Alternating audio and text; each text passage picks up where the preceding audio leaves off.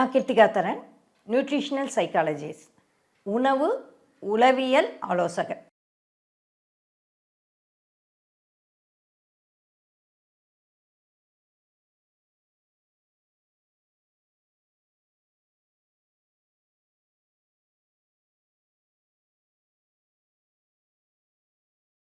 கோடைக்காலம் வந்தாச்சு.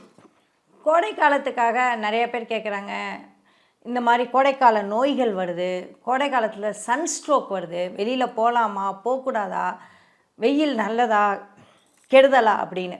ஆக்சுவலி வெயில் எந்த கெடுதலும் பண்ணாது. சன்ஸ்ட்ரோக் அப்படிங்கிறது வந்து நம்ம சூரியனால் வருது அப்படின்னு நினைக்கிறோம். ஆக்சுவலி சூரியனால் வரல. சன்ஸ்ட்ரோக்கோட அறிவியலை நம்மளுக்கு புரிஞ்சுது அப்படின்னா நம்ம சன்ஸ்ட்ரோக் வராமல் காப்பாற்றிக்க முடியும். சன்ஸ்ட்ரோக் முழுக்க முழுக்க நம்மளோட டீஹைட்ரேஷனால் தான் வருது. அதாவது சூரியனால் சன்ஸ்ட்ரோக் வரல, வெயில்னால் வரல, நம்ம உடலில் நீர் வற்றுவதால் வருது. வெறும்னா தண்ணி வற்றிச்சின்னா மட்டும் வராது. நம்ம உடலில் இருக்கிற எலக்ட்ரோலைட்ஸ், அதாவது வேர்வை மூலமாகவோ யூரின் மூலமாகவோ இல்லை வெயிலில் வேர்வை அதிகமாக இருக்கிறது மூலமாகவோ நம்மளுக்கு டீஹைட்ரேஷன் மட்டும் ஆறுது இல்லாமல் ஈவன் நம்ம டைஜஷனுக்கே நிறையா தண்ணி வேணும். அப்போ அந்த எலக்ட்ரோலைட்ஸ்லாம் குறையிறதுனால நம்மளுக்கு சன்ஸ்ட்ரோக் வருது. நம்மளுக்கு தெரியும் 60% 70% நம்மளோட உடல் வந்து தண்ணியினால தான் ஆனதுன்னு. ஆனால் 1% 2% குறைஞ்சா கூட டீஹைட்ரேஷன் வந்து இந்த தண்ணி குறைஞ்சா கூட நம்மளுக்கு டீஹைட்ரேஷன் வரக்கூடிய ஆபத்து இருக்குது. அப்போ டீஹைட்ரேஷனுக்கு நிறைய தண்ணி குடிச்சிட்டோன்னா சன்ஸ்ட்ரோக் வராதா அப்படிங்கிறப்ப இது ஒரு மித்து. காலைல எழுந்தோடனே நான் 2 லிட்டர் குடிச்சிட்டேன், 4 லிட்டர் குடிச்சிட்டேன் அப்படிங்கிறப்ப சன்ஸ்ட்ரோக் வராதா அப்படிங்கிறப்ப நீங்கள் அதிக அளவில் தண்ணி குடிக்கும்பொழுது என்ன ஆகும் அப்படின்னா நம்ம கிட்னி செயல்பட்டு நிறைய யூரின் போயிடுவோம். நிறைய யூரின் போகிறப்ப நம்மளோட பாடியிலேருந்து எலக்ட்ரோலைட்ஸ் வந்து நிறையா போயிடும். நிறையா இழப்பு ஏற்படுறதுனால அப்படியே நம்ம வெயில்லையும் போகும்பொழுது நிறையா வேர்வையும் வந்து டீஹைட்ரேஷன் ஏற்படும். இப்பயும் சொல்கிறேன், சன்ஸ்ட்ரோக் வந்து டீஹைட்ரேஷனால்.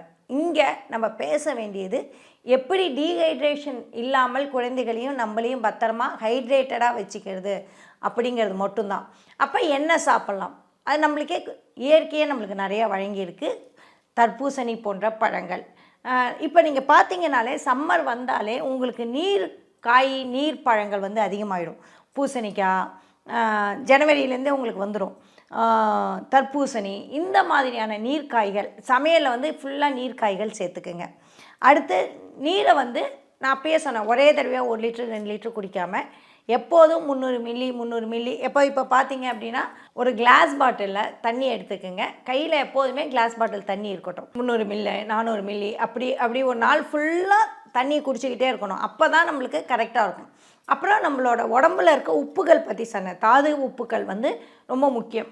அப்போ எலுமிச்சம்பழத்தில் நீங்கள் உப்பு போட்டு குடித்தாலே எப்போதுமே வச்சுங்க கையில் எலுமிச்சம்பழ ஜூஸு உப்பு போட்டு வைங்க. அப்போ உங்களுக்கு டீஹைட்ரேஷன்லேருந்து தப்பிச்சிடலாம். இதுதான் மெயின். இதில் உங்களுக்கு சுகரும் ஏறாது. வெளியில் போய் கொக்கோ கோலா குடித்தாலோ வேறு ஏதாவது குடித்தாலோ வெறும் சர்க்கரை தண்ணி தான் அதெல்லாம். ஆனால் ரொம்ப வெயிலுக்கு போகிறப்ப எப்போதுமே ஒரு ஓஆர்எஸ் வச்சுங்க. அந்த ஓஆர்எஸ் அப்படிங்கிறத வந்து மெடிக்கலி அக்செப்டட் ஓஆர்எஸ்ஸாக இருக்கணும். அதை நீங்கள் கையில் வச்சுக்கிட்டிங்கனாலும் நம்ம யூஸ் பண்ணிக்கலாம். பொதுவாக இளநீ வெளியில் கிடைக்கிது. இளநீலையும் வந்து உங்களுக்கு போதுமான அளவு எலக்ட்ரோலைட்ஸ் இருக்குது. ஆனால் டயட்டில் இருக்கிறவங்களுக்கு வந்து அதில் சர்க்கரை இருக்கிறதுனால அவ்வளோ யூஸ் ஆகாது. டயட்டில் இருக்கிறவங்க எலுமிச்சம்பழம் உப்பு தான் ரொம்ப ரொம்ப நல்லது. உப்பு போட்டு எலுமிச்சம்பழம் ஜூஸ் குடிச்சிக்கிட்டே இருந்தாலே போதும். இல்லை மொசம்பி இருக்கு இல்லையா, மொசம்பிங்கிறது வந்து சாத்துக்குடி. அந்த சாத்துக்குடி குடித்தாலும் உங்களுக்கு இந்த கோடை காலத்தில் வந்து உங்களுக்கு ஹைட்ரேஷன் நடந்துடும். ஸோ வெயிலில் ஜாலியாக போங்க, ஆனால் ஹைட்ரேட் பண்ணிக்கிட்டே போங்க. சூரியன் வந்து சூரியன் கெடுதலா நல்லதா, எத்தனை மணிக்கு வெளியில் போகலாம் அப்படின்னு நம்மளுக்கு டவுட் வரும். ஹைட்ரேட்லாம் பண்ணிட்டேன் மேடம், அப்போனா போகலாமா, நல்ல உச்சி வெயில் போகலாமா அப்படின்னா, உச்சி வெயிலில் வந்து என்னோடய ஸ்கின் என்ன ஆகும் அப்படிலாம் கேள்வி வரும். உச்சி வெயிலில் வந்து நம்மளுக்கு யூவி ரேஸ் அப்படிங்கிற ஒரு விஷயம் இருக்குது. நம்ம வந்து ஒரு விவசாய சமூகம். நீங்கள் பார்த்தீங்கன்னா விவசாயிகள் எல்லாருமே உச்சி வெயிலா அதுவா இதுவா அதெல்லாம் பார்க்காம வேலை பார்த்துக்கிட்டே தான் இருப்பாங்க. நம்மளுக்கு வந்து அறுவடை காலங்கள் இப்போ வந்து பயிறு விதைப்பாங்க, ஆடி மாதம்தான் நாற்று நடுவாங்க, உழுவாங்க.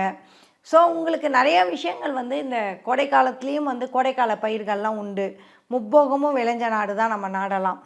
அப்படிங்கும்பொழுது நம்ம விவசாயிகளோ அந்த காலத்துலேயோ டீஹைட்ரேஷன் பற்றியோ யூவி ரேஸ் பற்றியோ என் ஸ்கின் என்ன ஆகுங்கிற பற்றியோ கவலை இல்லை அப்படின்னு போனாங்க. ஆனால் அவங்க என்ன பண்ணாங்க அப்படின்னா, ஸ்கின் இன்ஃப்ளமேஷன் ஆகாமல் இருக்க பெண்கள் வந்து மஞ்சள் பூசிக்கிட்டு போனாங்க. அப்புறம் நான் வந்து பெஸ்ட்டாக நான் என்ன சொல்வேன் அப்படின்னா, நான் எந்த ஸ்கின் க்ரீமும் அதிகமாக போட மாட்டேன். ஜஸ்ட் மேக்கப் போடுறது மட்டும்தான். அதாவது இந்த மாதிரியான ஷூட்டிங்க்கு தான். ஸோ என்னோடய ஸ்கின் கேர் ரொட்டீன் அப்படின்னா தேங்காய் எண்ணெய் தான் மாய்ஸ்சரைசர். ஸோ நீங்கள் தேங்காய் எண்ணெய் பண்ணிக்கலாம். இன்னொன்று வந்து ரொம்ப ட்ரை ஆகும் நீங்கள் பயந்தீங்கன்னா, சன்ஸ்க்ரீன் வேணவே வேணும் அப்படின்னா ஆலோவேரா ஜெல் இருக்குல்ல, ஆலோவேரா ஜெல்லும் தேங்காய் எண்ணெயும் கலந்து நீங்கள் பண்ணிட்டீங்கன்னா உங்களுக்கு சன்ஸ்க்ரீன் வந்து அவ்வளோ அவசியப்படாது. பொதுவாக நான் வந்து நேச்சுரலாக எந்த அளவுக்கு சன்ஸ்க்ரீன்லாம் அவாய்ட் பண்ணுமோ அந்த அளவுக்கு நான் அவாய்ட் பண்ணணும்னு நினைப்பேன். நீங்களும் வந்து அந்தமாரி நேச்சுரல் மெத்தடில் உங்களுக்கான சன்ஸ்க்ரீனை நீங்கள் கண்டுபிடிக்கலாம். அப்புறம் 11:3 அப்படிங்கிறது வந்து நிஜமாகவே யூவி ரேஸ் அதிகமாக இருக்கும். உங்களுக்கு ஒத்துக்குதான்னு பாருங்கள். ஒத்துக்குச்சு அப்படின்னா கொடையெல்லாம் எடுத்துக்கிட்டு நீங்கள் போகலாம். ஆனால் விட்டமின் டி நம்மளோட இந்தியாவில் வந்து விட்டமின் டி ரொம்ப கம்மியாக இருக்கிறதுனால வந்து அந்த சன்லைட்டெல்லாம் நம்மளுக்கு வந்து எஸ்பெஷலி 11லேருந்து 1 வரைக்கும் இருக்கிற சன்லைட்டு அதெல்லாம் ஓரளவுக்கு நம்மளுக்கு நல்லது தான். நம்மளோட ஸ்கின் தன்மையை பொறுத்து தான், நம்ம எப்படி ப்ரொடெக்ஷன் பண்ணிக்கிறோங்கிறத பொறுத்து தான் நம்ம அந்த சூரியனோட வெளியில் போகிறோம். அடுத்து ஹைட்ரேட்டடாக போயிட்டோம், எலுமிச்சம்பழத்தில் உப்பு போட்டுட்டோம் அப்படிங்கிறப்பயே ஸ்கின்னுக்கு எந்த பிரச்சனையும் வராது. அடுத்து அது சரிங்க, அப்போனா நான் ஏசி ரூம்லேயே இருந்துக்கலாமா? வெளியில் தான் போகிறது, 11லேருந்து 3 ரொம்ப வெயிலாக இருக்குது, என்னால் வெளில போக முடியல, யூவி ரேஸும் நீங்கள் இருக்குதுன்னு சொல்கிறீங்க, எனக்கு ஸ்கின்னுக்கு சுத்தமாக ஒத்துக்கலை. இன்னொன்று வந்து ரொம்ப டேன் ஆகுது. டேனானால் நல்லது தான். ஆக்சுவலி இப்போல்லாம் நம்ம டேன் ஆகிறதில்ல, ஆன்டி டேன்லாம் போட்டுக்கணும். உண்மையை சொன்னால் டேன் ஆகிறது அப்படிங்கிறது வெளிநாட்டவர்கள் டேன் ஆகணும்னு சொல்லிட்டு சன்லைட்டு கீழே படுத்து எழுந்துச்சி உடம்ப கருப்பாக்கிட்டு வருவாங்க. நம்ம டேன் ஆகிட்டோன்னா ஆன்டி டேன் ட்ரீட்மெண்ட்லாம் பண்ணுறோம்.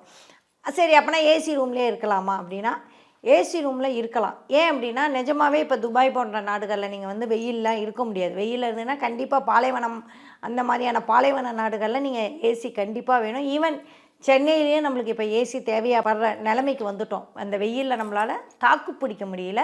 நம்மளோட உடல் வந்து இயற்கைக்கு வந்து தயாராக இருந்தாலும் நம்ம பழகிட்டோம் ஒரு மாதிரி குளிர்ச்சியாக. இன்னொன்று வந்து வேர்வையில் வந்து நம்மளுக்கு தூக்கம் வராது. நைட்டு தூக்கம் இல்லாட்டி நம்ம இப்போ பகலில் வேலை செய்ய முடியாது.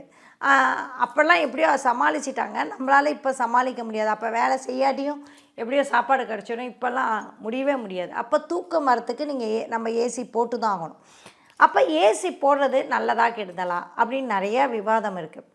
ஏசினால் என்ன கெடுதல் அப்படிங்கிறத நான் சொல்லிடுறேன். ஏசி வந்து அடைச்சி இருக்கிறதுனால நம்மளுக்கு கார்பன் டை ஆக்சைடு அப்படிங்கிற காற்று தான் வரும். முக்கியமாக ரொம்ப அடைச்ச ஏசி இருக்கக்கூடாது.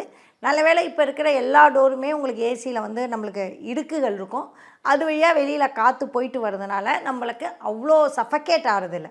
உண்மையை சொன்னால் எப்போதுமே வெளிக்காற்று தான் நல்லது. நீங்கள் காலையில் எழுந்தோடனே ஏசி ரூமை உடனடியாக காலையில் எழுந்தோன்னே 5 மணிக்கு எழுந்து கதவை திறந்து வச்சிடணும். ஏன்னா 5 மணிக்கு உங்களுக்கு வெயில் இருக்காது.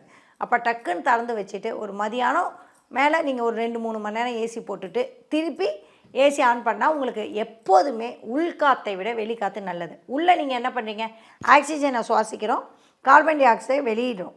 இப்போ திருப்பி இந்த கார்பன் டை ஆக்சைடு தான் நம்மளுக்கு சுற்றி வருது. நம்ம ஃப்ரெஷ்ஷாக இருக்கணும், நம்மளோட பிரெயின் நல்லா வேலை செய்யணும், நம்மளுக்கு மூட் ஸ்விங் இல்லாமல் இருக்கணும், பிரெயின்ஸ் ஃபாக் இல்லாமல் இருக்கணும் அப்படின்னா கண்டிப்பாக ஆக்சிஜன் தேவை. ஆக்சிஜன் தான் நம்மளோட உயிரோட்டத்துக்கான, உயிர் வாழறதே ஆக்சிஜன் தான். அந்த ஆக்சிஜனை நம்ம குறைச்சிட்டு கார்பன் டை ஆக்சைடை ஜாஸ்தி சுவாசிக்கும்போது நம்மளுக்கு சிக்கல் வரும். அப்போ ஏசி ரூமை தொடர்ந்து உபயோகிக்காமல் இருக்கிறது தான் நல்லது.